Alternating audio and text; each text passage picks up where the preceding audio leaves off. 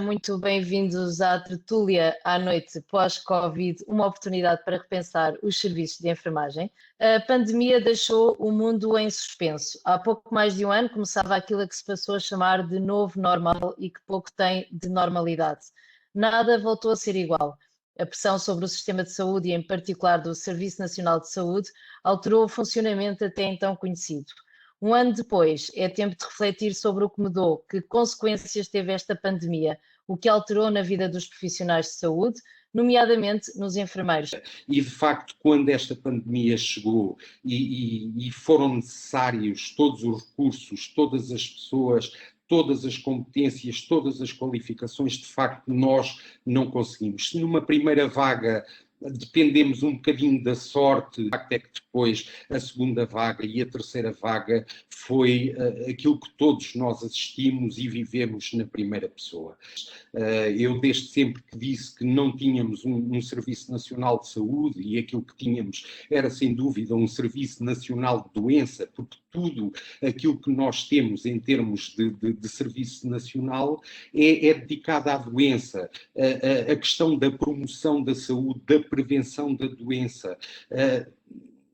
a questão daquilo que é o âmbito dos cuidados de saúde primários foi amplamente desfalcado ao longo de sucessivos governos e quanto a nós, foi uma das também grandes fragilidades no combate a esta pandemia. Eu hoje quero falar-vos um bocadinho de persistência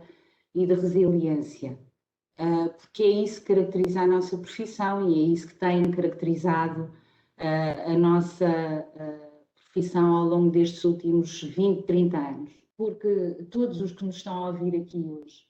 sabem que tudo para os enfermeiros é suado, tudo para os enfermeiros é tirado a ferros, é difícil, requer muita persistência, requer pulso, porque estas eventuais oportunidades, antes do Covid, durante o Covid, no pós-Covid, que não sabemos quando é que será, somos nós que as podemos criar todos os dias. E a persistência, a resiliência, o não desistirmos, quando ouvimos, não interessa, 10 nãos, se nós baixarmos os braços, efetivamente as coisas não acontecem. Porque a mudança começa em cada um de nós, individualmente. Antes de atingirmos alguma maturidade de grupo, a forma como nós, sozinhos, cada um de nós, vai fazer as coisas no seu dia-a-dia. Estaremos cá para apoiar, mas há uma coisa que nunca poderemos fazer, que é tomar as decisões de cada uma das pessoas que nos está a ouvir aqui hoje. Eu acho que temos dois grandes desafios pela frente. Um deles é, naturalmente, o plano de vacinação, que carece obrigatoriamente de enfermeiros para executar este plano de vacinação. E, por outro lado, eu penso que ao longo destes 12 meses foram um bocadinho esquecidos os doentes não Covid e toda a recuperação que nós temos que fazer da atividade assistencial. Eu diria que temos milhões de consultas por fazer e incluo também as consultas de enfermagem, as cirurgias, enfim, exames que foram adiados, a questão dos diagnósticos de oncologia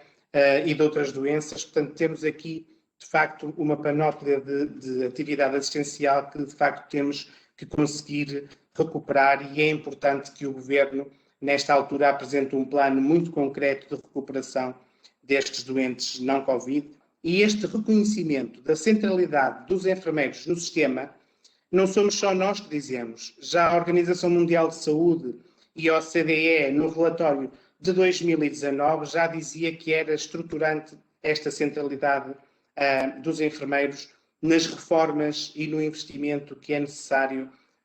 ter em curso para a recuperação de toda a atividade assistencial. E aqui eu acho que é importante nós centrarmos num instrumento fundamental que esteve em consulta pública e que todos os colegas sabem, que é o Plano de Recuperação e Resiliência e que tem uma verba destinada ao reforço e à resiliência do Serviço Nacional de Saúde de 1,38 mil milhões de euros. Mas isto para vos dizer o quê? É que é importante este plano, a Ordem, de facto, pronunciou-se sobre ele, e ele está, enfim, do ponto de vista das infraestruturas e dos equipamentos, tem aqui algum ênfase atribuído, mas, de facto, do ponto de vista dos recursos humanos e naquilo que é,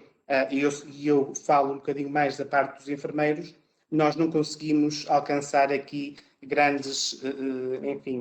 objetivos do ponto de vista dos recursos humanos, da valorização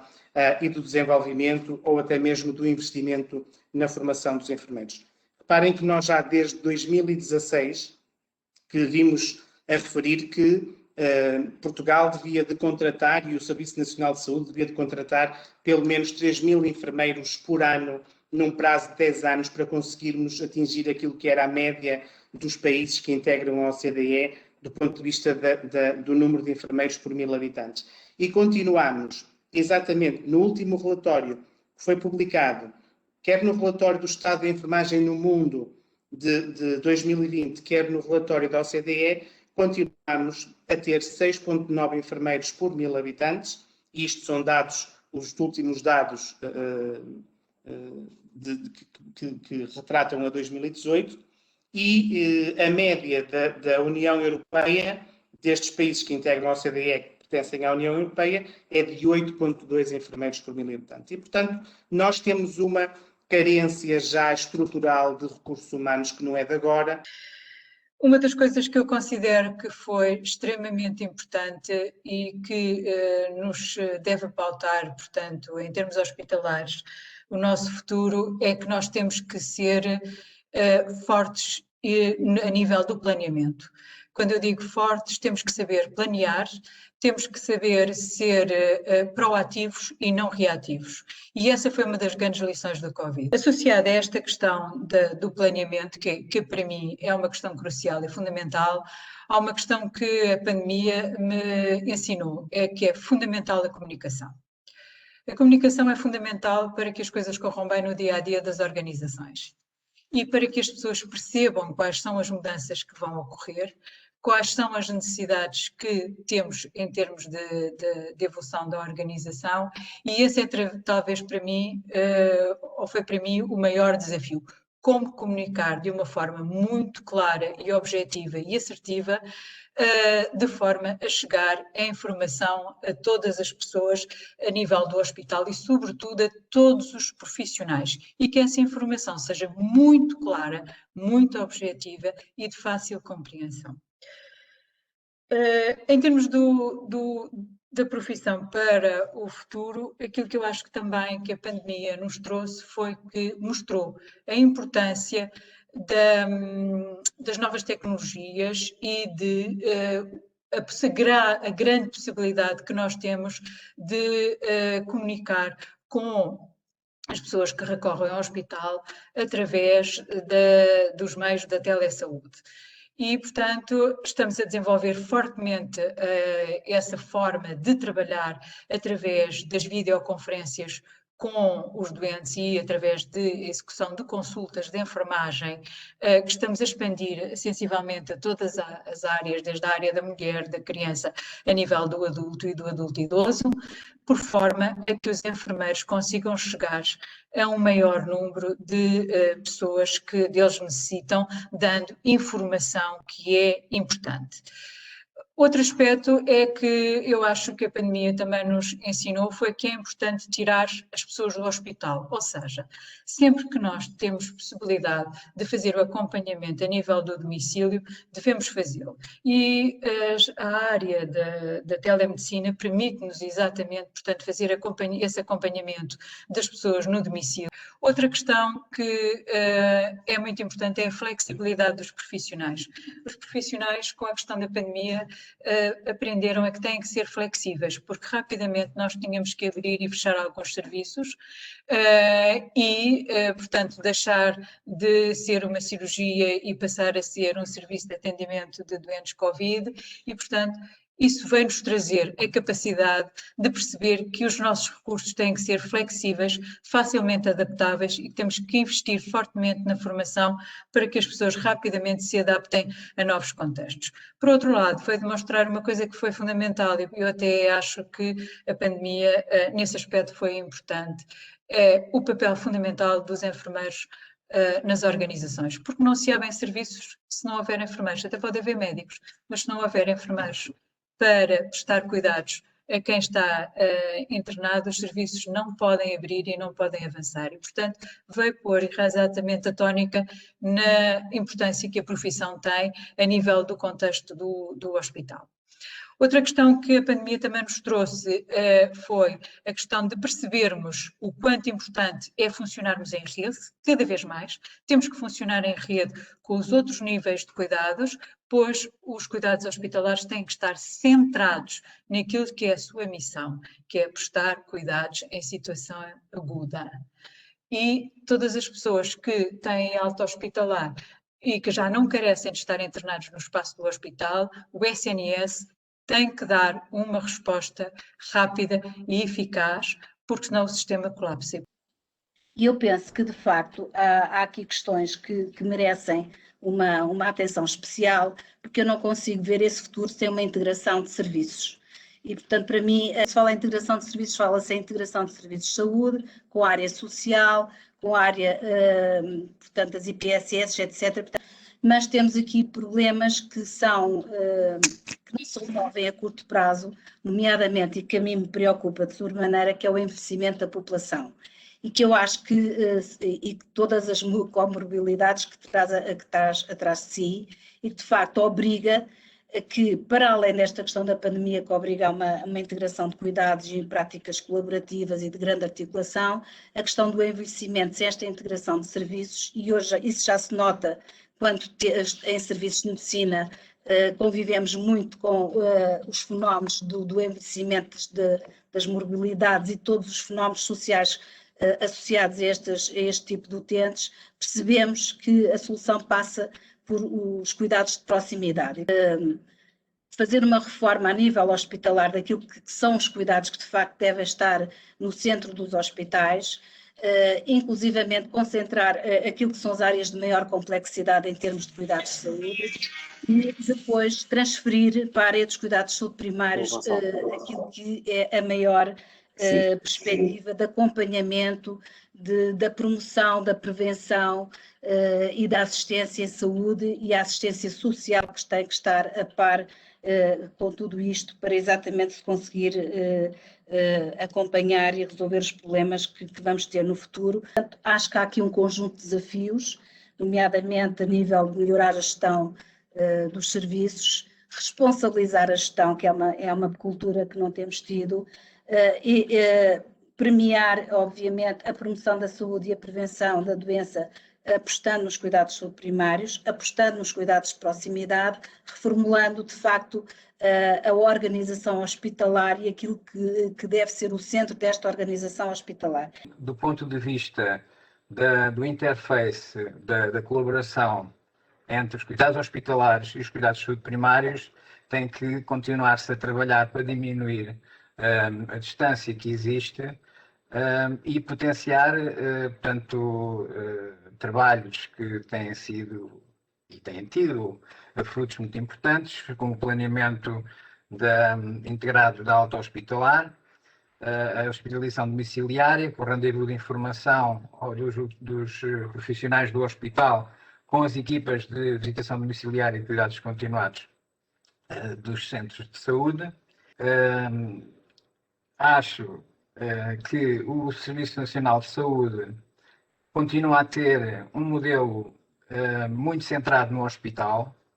O espírito da reforma dos cuidados de saúde primários, com o acontecimento dos agrupamentos de centros de saúde, veio também pôr a tónica nos cuidados de proximidade na comunidade, mas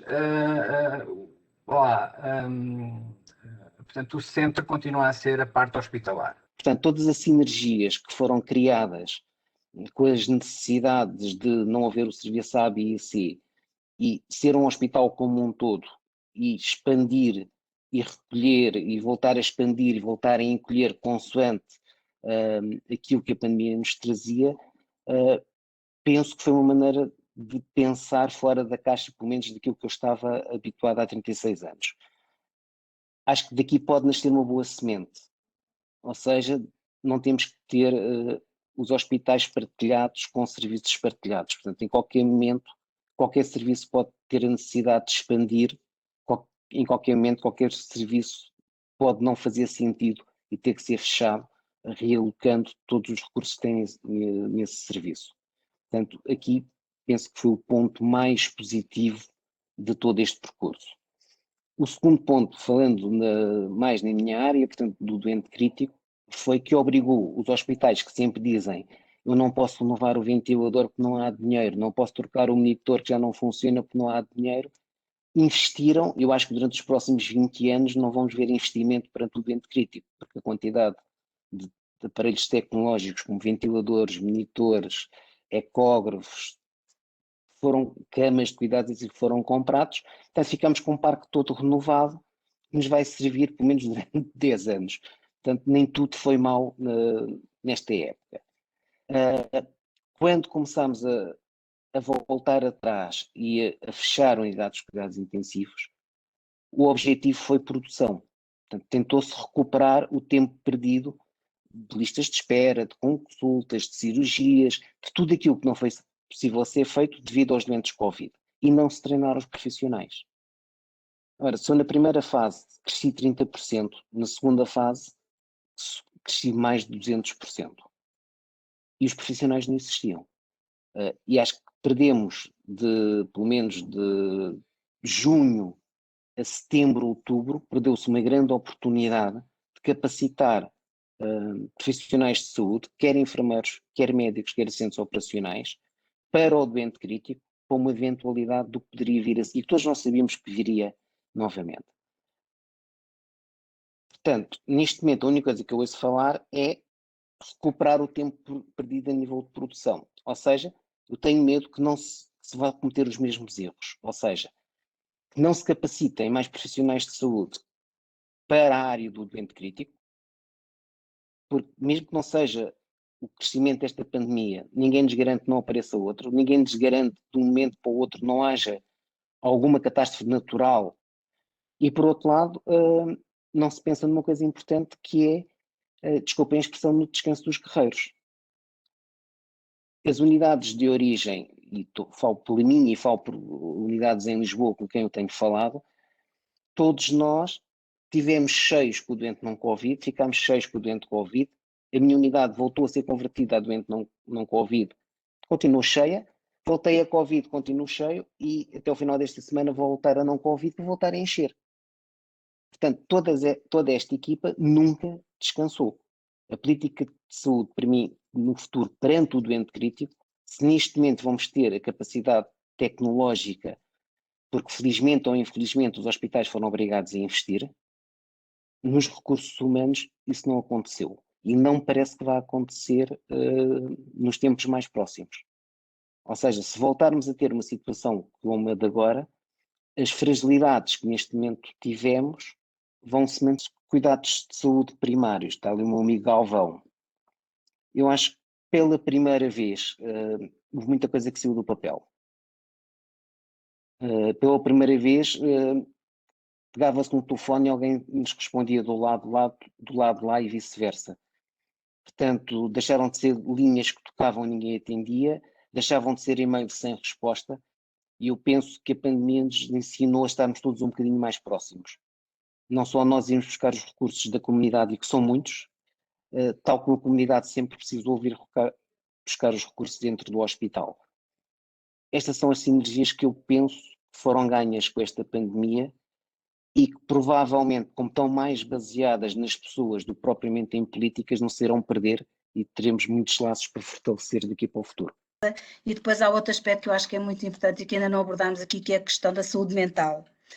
nomeadamente a nível dos nossos profissionais. E acho que esse é outro aspecto fundamental do enfermeiro-gestor, é estar atento à questão do equilíbrio psicoemocional das suas equipas, saber ouvir, saber estar atento a todos os processos de crise e saber exatamente antecipar e ver de que forma internamente ou de uma forma mais vasta em termos da própria instituição se consegue às vezes minimizar alguns problemas e isso às vezes é possível fazer se estivermos atentos de facto aos sinais. E acho que é uma questão que vai perdurar, vai se agravar e temos que ter de facto uma atenção especial a este nível. Porque eu acho que é importante a flexibilidade dos profissionais de saúde, mas atenção que esta flexibilidade tem limites, porque eu não posso pegar num enfermeiro, por exemplo, que é um enfermeiro especialista em saúde materna e colocá-lo, por exemplo, num contexto do doente crítico, sem que ele tenha uma integração necessária naquele contexto. Eu acho que, em termos de emergência, e neste caso de emergência pandémica, muita coisa foi feita e, às vezes, sem ter esta percepção do ponto de vista das competências dos profissionais, mas estamos numa fase de emergência pandémica, mas isto não pode ser uma atuação de futuro. Tem que haver alguma flexibilidade, mas a diferenciação dos enfermeiros quer dos enfermeiros de cuidados gerais, quer dos enfermeiros especialistas, é importantíssimo.